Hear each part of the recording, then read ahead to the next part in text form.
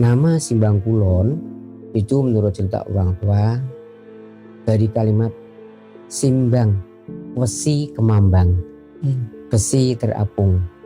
Nah, artinya adalah kapal.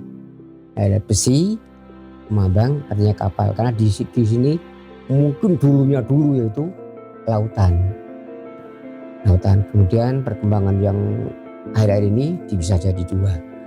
Mengapa di sini tujuh lautan? Itu logis. Itu saya tulis di Asar 3 volume, bisa kamu baca nanti. Di daratan ini, sini itu kalau orang menggali sumur itu mesti di dalamnya itu pasir. Dan juga ditemukan yang namanya kayak tambang kapal. Ditemukan kayak bilahan kayu ya koyo pecahane kapal itu sepanjang. Itu ada kan PDAM ya. Dulu pengeruan PDAM itu digali itu isinya tuh pasir berkubik-kubik. Jadi cerita dulu itu logis juga. Di sini itu dulu lautan. Kira-kira begitu. Jadi simbang asal kata dari besi kemambang, yang dimaksud adalah kapal.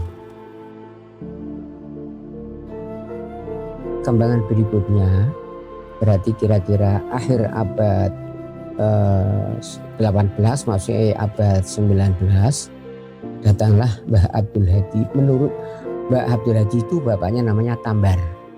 Jadi Abdul Hadi bin Tambar dari Tuban. Datang ke sini, menurut cerita beliau adalah sisa pahlawan Diponegoro. Menurut cerita itu sisa pahlawan Diponegoro yang ya tergambar lah di sini. Jadi tempat pertama di Keratenan kemudian pernah ke Gunung Tugel Pandansari, dan akhirnya bertempat di Simbang Kulon Gang 2. Singkat cerita, Mbah Abdul Hadi itu mendirikan musola yang namanya diabadikan menjadi musola Al-Hadi, yang sekarang musola Arbuhan Asyuyuti. Itu nama aslinya musola Al-Hadi yang didirikan oleh Mbah Abdul Hadi. Kemudian Mbah Abdul Hadi mendirikan musola itu. Jadi musola itu berdiri sebelum ada masjid pertama kali. Jadi musola Al-Hadi itu Gang 2 yang sekarang untuk Al-Burhan itu didirikan oleh Mbah Abdul Hadi. Perkembangan berikutnya akhirnya mendirikan masjid, yaitu masjid disponsori oleh Mbah Abdul Hadi, Mbah Adam, kemudian Pak Ki Sitir. Pak Ki Sitir itu keturunan dari Banyurip, kemudian kawin orang situ, punya tanah kira-kira 8x8. Nah itu didirikan masjid Simbang Kulon. Tanahnya wakaf punya Kiai Sitir. Nah tapi yang berhargai orang 3. Kurunnya 1 kurun, tapi beda umur. Mbah Abdul Hadi termasuk paling tua. Kemudian datang lagi pemuda yang namanya Mbah Adam, yang sekarang makamnya di Brabiak, Spait. Udah orang itu bertiga. Orang-orang sekarang nyebutnya dulu itu 3 serangkai. Jadi Mbah Adam, Mbah Sitir, Mbah Abdul Hadi. Ya bukan berarti kiai zaman situ saat itu ngulang enggak ya. Ya dia dengan pitutur dengan ahlak-ahlak karimah, dengan kelebihan karomahnya, sehingga orang kan tertarik. Orang 3 itu, Pak Kiai Sitir itu punya tanah di masjid itu didirikan untuk masjid. Kemudian Mbah Adam sama Mbah Abdul Hadi sebagai orang tua, kebetulan pas di masjid itu mau dibikin masjid, singkat cerita ada sayembara di Masjid Kauman. Masjid Kauman itu mau merehab masjid, jadi mau diganti mustokonya atau gimana, direhab. Itu singkat cerita ketika puncak masjidnya sudah dibongkar dan akan mengembalikan mustokonya, itu sering terjadi kecelakaan. Tukangnya jatuh, lagi-lagi ada yang mati dan macam-macam. Nah, dari itu saat itu panitia itu cerita itu masyhur itu, cuma kan tidak pernah ditulis, cerita rakyat kayak dari lesan-lesan. Sing sapa wonge bisa mengamankan ini proses masjid, Pak jaluk hadiah apa tak bayi dari panitianya itu. Seketika itu orang tiga, Mbah Buladi, Mbah Hadam, Hizir berangkat ke Kauman sana. Wes ditirakati model priye, akhirnya Mustofa ini disuruhke, selesai, tidak ada gangguan, selamat, selesai. Menurut cerita, saya cerita masih saudaranya Mbah Samsuri Tuhu, di Mustofa itu ada nama Jimel itu ekor yang selalu mengganggu, akhirnya dibuang ke laut. Karena dari panitia Masjid Kauman itu saya boro, Iya. Pak don jaluk opah-opah ki para yai mbah-mbah. Ora Pak jaluk. Wah. Cuma iki saat ini kebetulan Simbangkulon masih bangun masjid, dikasih material tak tombo. Singkat cerita beberapa minggu kemudian diteri marmer dari Masjid Kauman Pania. Terkait mrene diterek sendiri. Yaitu yang sekarang di pas jauh tengah-tengah ada soko papat terkait itu. Soko papat ya ini seluas kira-kira 8x8 itu marmernya dari hadiah dari Masjid Kauman.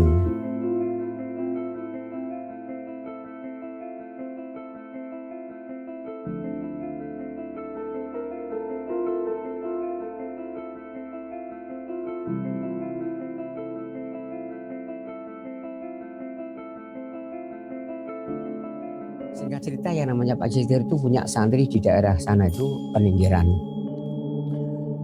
mulai ngaji di sana. Pada suatu saat di peninggaran itu terjadi itu bencana hutan, maneh-maneh kuyo porane wong sapine wong kampung mati, maneh-maneh wedhuse ilang kan. Ternyata menurut cerita mistik ini dipangani ulo siluman. Waduh kan gitu ya cerita dulu ya. Siapa yang mati? Wedhus mati, ayam entek abe. Dikira kata orang, oh itu ada ulo siluman sing mangan binatang. Orang kan akhirnya orang kan, ya sama itu. Jaluk pulau di sering pinter sing bisa nulung. Nah itu orang tiga juga berangkat lagi. Pak Gistir, Mbah Adam, Mbah Abdul Hadi berangkat ke sana. Sana singkat cerita ya ditulungi bahkan mengapa harus minta tolong menurut cerita klasik itu tidak hanya binatang, wete jati bambruk. Orang sana berangkat kemudian ditulungi dan ularnya itu tertangkap. Selesai aman keadaan. Pak jaluk hadiah apa Pak Yai? Orang udah lagi. Cuma mesti nggak Pak gawe masjid. Iki kayu-kayu sing bambruk iki tak jaluk aku untuk ora kasare wis ya wis monggo diambil dong diambil masalah kayu jati Pak dikedoi Pak Diko waktu itu pemerintahan Belanda mesti ditahan mesti tidak boleh kan wong kayu jati kan kayu milik negara kan iya. Nah pripun anu Pak Yai ngene wis pokoke diketok-ketok bingung dipotong-potong wis mek do tekan dhewe. Singkat cerita Pak Yai di situ itu kayune menurut cerita itu bojane metu semak-semak uban udah teko nang masjid dhewe sebanyak kayu itu dan ya itu kan cerita rakyat yo ada buktinya kita tidak tahu dan itu Masjid Simbangkulon itu semua pilar-pilarnya itu dari kayu bekas itu dan dibuat sendiri diukir oleh Pak Kiai Setir dan teman-teman. Itu kisah masjid. Jadi ada saya tulis itu dengan kemarin itu marmer dari Pekalongan, marmer dari Kauman, kayunya dari Peninggaran. Itu cerita klasik.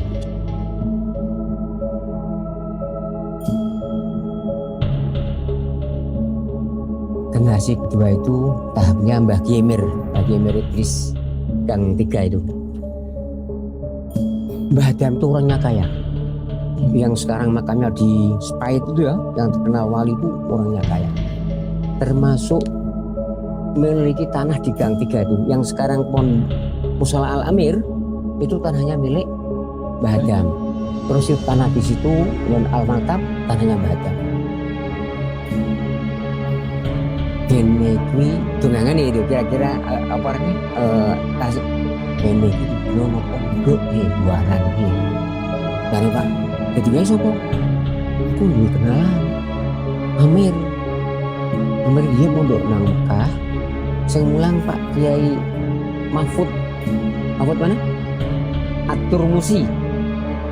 Mbah Kiai Amir itu pondoknya nang Mekah, gurunya Pak Mahfud Termasi. Di Pekmantu Mbah Soleh Darat, pernah dengar? Nah, jadi Mbah Amir itu di Pekmantu Mbah Saleh Darat. Mbah Saleh Darat punya istri namanya Nyai Zahroh. Singkat cerita dikawinke karo putrine Mbah Saleh Darat. Digoreng ke Kalungan. Lah ring Kalungan iku sing marah Mbah Adam. Oh, Amir nyong kenal. Iki nang Semarang wong. Dadi mantune Mbah Saleh Darat. Kan kiai pertama Jawa kan Mbah Saleh Darat toh. Terus Mbah Holil Bangkalan. Berarti Mbah Saleh Darat kan terkenal sekali. Termasuk R.A. Kartini kan muridnya Mbah Saleh Darat. Akhirnya Mbah Adam itu ke Semarang nemoni Mbah Saleh Darat. Singkat cerita Mbah Saleh Darat. Iki aku punya ke pesantren, aku njaluk sewu tulung jadi Amir tak kon apa namanya? Tak permulaan nang Simbang Puro. Nang Simbang Puro. Nah terus anggere lagi soal anggere aja dipikir urusanku kabeh mau tak gawe omah tak gawe padepokan. Nah itu di Simbang Puro Gang 3 yang sekarang musolanya namanya Musola Al Amir. Itu Mbah Amir berarti menang kono di pondok pesantren luar biasa. Kuya ini gede-gede. Kecamatan dari pesantren Mbah Amir itu antara lain begini yang lulusan itu Mbah Muhammadun Tayu Pati, pernah dengar? Mbah Muhammadun Tayu Pati, Kiai Bisri Mustafa, bapakane Bismus, Kiai Pasir Kudus, kecamatan murid Mbah Amir itu buat Kiai gede-gede sudah berkembang. Itu tahap ketiga. Akhirnya Mbah Amir penuh karamat ini, di sini punya karamat. Itu berarti tahap kedua ya. Tahap kedua Mbah Amir itu tahun 48. Selesai pondok pesantren tidak ada yang meneruskan, akhirnya bubar. Tapi karomai Mbah Amir itu sudah sumrambah nang kampung Simbangkulon. Kemudian muncul generasi ketiga. Itu ini ya apa fase ketiga yang itu mulai perkembangan pendidikan. Fase ketiga berarti mau ki Pak Setir kae terus Mbah Amir. Fase ketiga yang ini. Fase ketiga itu singkatnya kira-kira tahun 50-51. Begini. Dimulai dari Pak Haji Bakri Hamzah. Pak Haji Bakri Hamzah itu mondok di Lasem. Pulang yo mulang ngaji karena wong biyen nang batur. Yo utawi iku yo bab salat lho. Semakin lama semakin banyak. Terus melebar. Pinjam rumah tonggo. Nah, kemudian ada orang terkenal juga yang sudah maju organisasinya, Pak Kiai Zainal Abidin Banyurip. Pernah dengar enggak Pak Kiai Zainal Abidin? Itu jadi musola Pak Tekan Pasar Banyurip, tapi melunya Banyurip, cuma cenderung ke Simbangkulon karena daerahnya perbatasan. Nah itu Pak Kiai Zainal Abidin, Pak Kiai Fadlun, Pak Kiai Bakri, Haji Abdul Nawar punya gagasan ngomong ini wong wis luber kok ngeterke pendidikan formal. Nah itu jadi yang punya pikiran pendidikan formal itu dari Pak Kiai Zainal diawali tahun 1951 mendirikan madrasah pertama nang kidul masjid gawe madrasah pertama itu. Madepetan itu madrasah awal. Namanya ya Madrasah Diniyah. Itu dari tahun 51.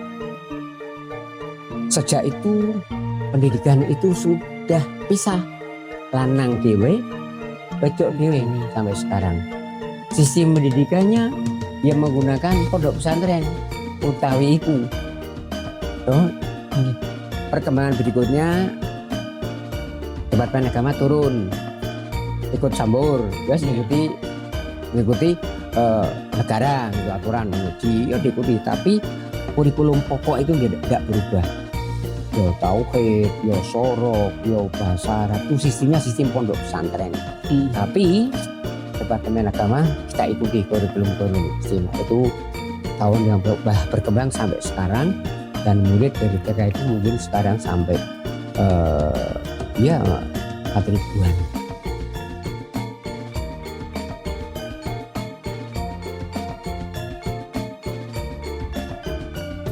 Ritual keagamaan. Contoh wajib jamaah di masjid. Terus tiap-tiap menghadapi ujian harus baca nariyahan. Itu yang dianjurkan. Harus membaca nariyahan. Itu sampai sekarang masih kuat. Terus begini. Ketika itu ada 2 kelompok. Ini sekedar sampean tahu. Kelompok yang Simangkulon Gang 1, kelompok fanatik. Madrasah iki ora kena diwehi pelajaran umum. Ora ono matematika, ora ono aljabar, ora umum tidak boleh ikut. Karena ini dulu berdirinya itu madrasah, akhirnya harus agama murni. Tauhid murni. Nah, kelompok yang sepuh malah demokrat. Pak Bakri, Pak Fadlun, itu demokrat. Ring wis koki mek jalan.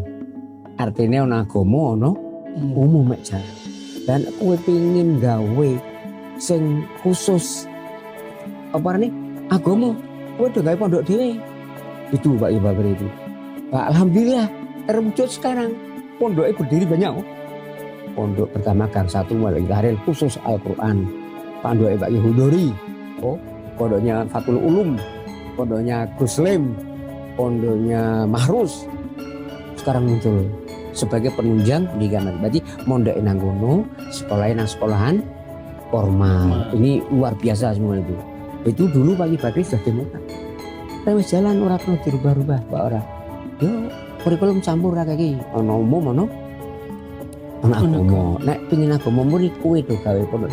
Sekarang terwujud ngendikane Pak Kiai, ono piro pondok Jombang ya hitungan. Muslim, Fatul Ulum, Pak Ki Musleh pecah jadi loro. Pak Mahrus karo Pak Musleh. Lurunya sekarang buat sendiri kan, Al-Qur'an khusus. Aliyahnya buat tahasus kan, khusus agama. Ada 6. Mondok di situ-situ, terus sekolah formal ke madrasah. Luar biasa ini Manggulon Tua sini.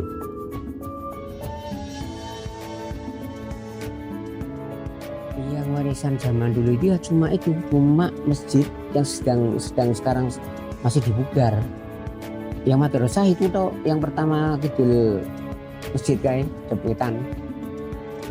Masyarakat Semarang tiap musola mesti ada pengajian, ya. Seluruh musola sini jumlahnya ada 17.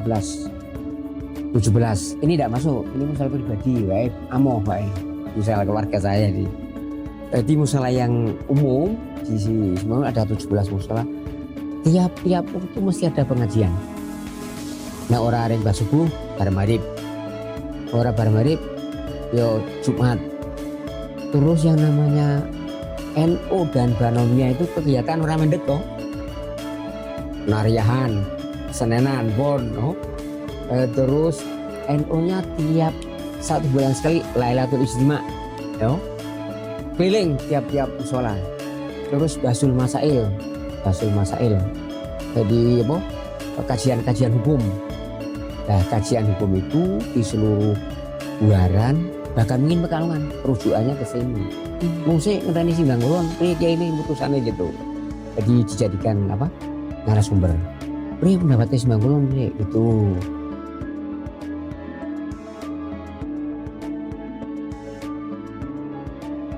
Sekarang ini di sini yang dominan pusat dulu batik. Nah, batik di Simbang Kulon itu terkenal sudah maju, dan orangnya waktu tahun-tahun dulu itu sudah terkenal orang-orang kaya. Usahanya batik. Yang pertanian itu langka. yang pertanian itu yang dikerjakan oleh perangkat desa. Karena dulu sini desa, sehingga perangkat memperoleh pengkok kan, nggak dikerjakan perangkat desa. Nah kalau orang-orang wisata, jangankan Pak Tani, Pak Bertani, jadi bagian negeri itu orang itu. Soalnya kan negeri itu opai, gaji murah, mana ada orang-orang sini yang dulu itu loh. Mending jadi tukang batik itu. Ini sejak dulu ekonominya sektornya ada dan terkenal banyak orang kaya waktu itu. Nah sekarang sudah umum itu.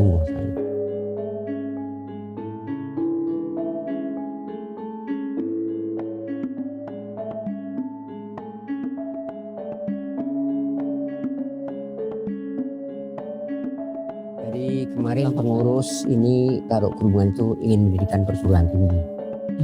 Dan sudah dimusyawarahkan ingin mendirikan perguruan tinggi. Karena apa? Punya dasar. Tiap tahun itu tamat aliyah itu berarti 400 siswa. Naik yang gede kan berarti kan taruhlah 50% masuk kan lumayan. Cuma di perdebatan. Nah sistem perguruan tinggi terus pakai campur. Ya pengurus yang fanatik belum mau. Harus campuran waktu. Karena jadi prinsip harus kasih bisa, perempuan bisa. Jadi sudah ada pengurus yang muda itu ingin mendirikan perguruan tinggi.